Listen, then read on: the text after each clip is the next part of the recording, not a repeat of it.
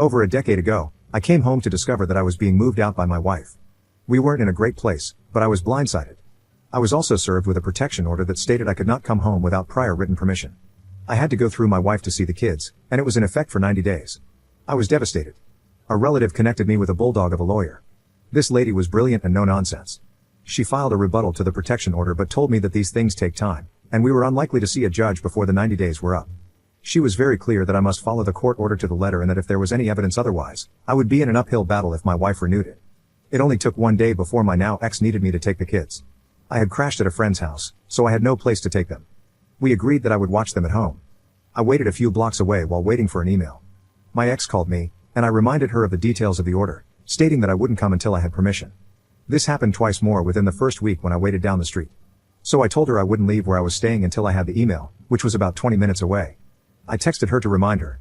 The very next day, she again didn't email. We had planned for me to pick up the kids to take them to school since their school was only a few minutes from my work. However, because I had not received written permission, I ran out of time to drive to pick up the kids and then make it to their school and work.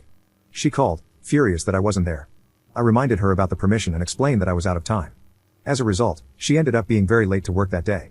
She then wanted to grant me blanket permission to come and go as needed, but my lawyer advised against it. Follow the order. The culmination of this was a few weeks later when she once again forgot to send permission. Her boyfriend was staying over but didn't have his car with him.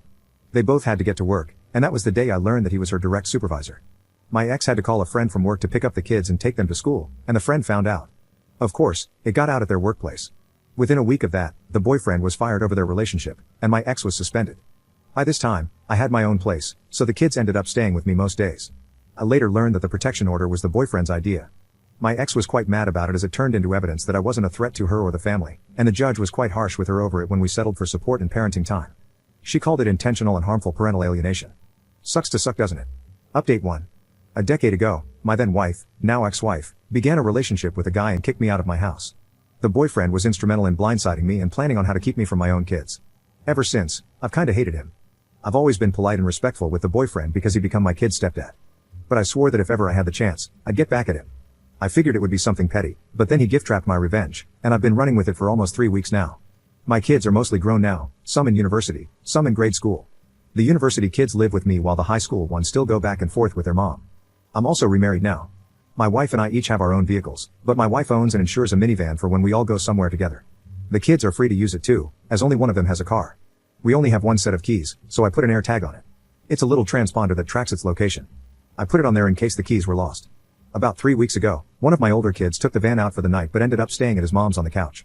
Around 7 a.m. the next day, another kid asked to use the van.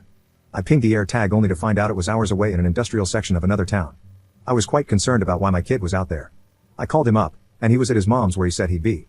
He had no idea the van was missing. I called the police and gave them the location of the van. Within 20 minutes, they had stopped the van, and the driver said he had permission to use it. Lo and behold, it's my ex-wife's boyfriend. The police weren't very interested in detaining him as it would be easier for him to just drive the van back to our town, and we could sort it out here. However, it wasn't my van, nor was he listed on the insurance to drive it, so I asked that it be impounded. In Canada, we can't press charges, but I was adamant that this was theft and that I wasn't going to let it go. Since the guy was out of town with no ride, the police did end up detaining him, probably because it was easier. I was given info for the yard where the van was impounded, and since we had the next day off, my wife and I drove out to the yard to pick it up. When we got there, I first checked for any damages since it was sitting a little low.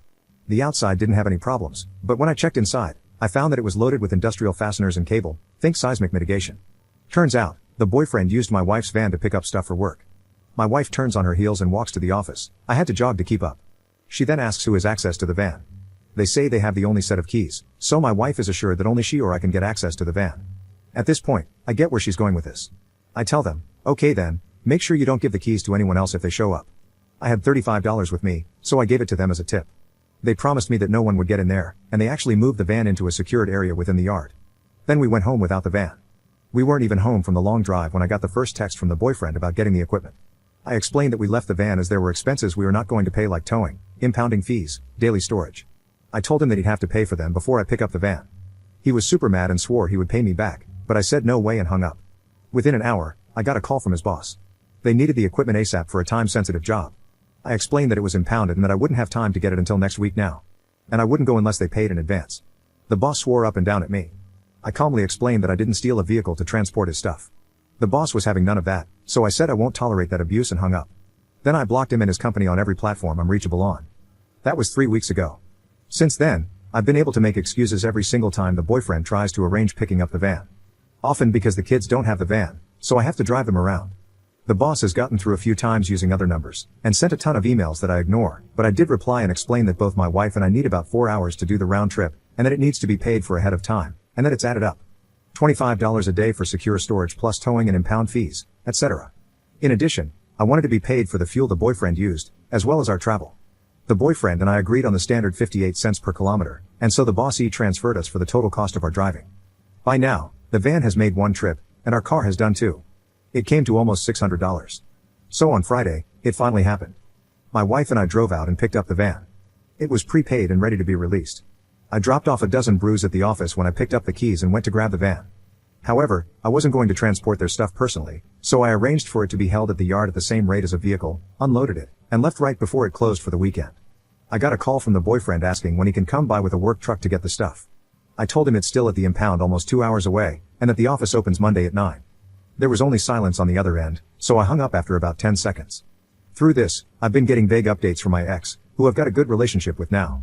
She was livid with her boyfriend and was clear with me that any and all consequences were squarely on him. He's kept his job, but is missing the next pay increase and is not getting his year-end bonus. Ex said they're way too short-staffed to let him go, but he's in the doghouse at home and at work. Got him, lol.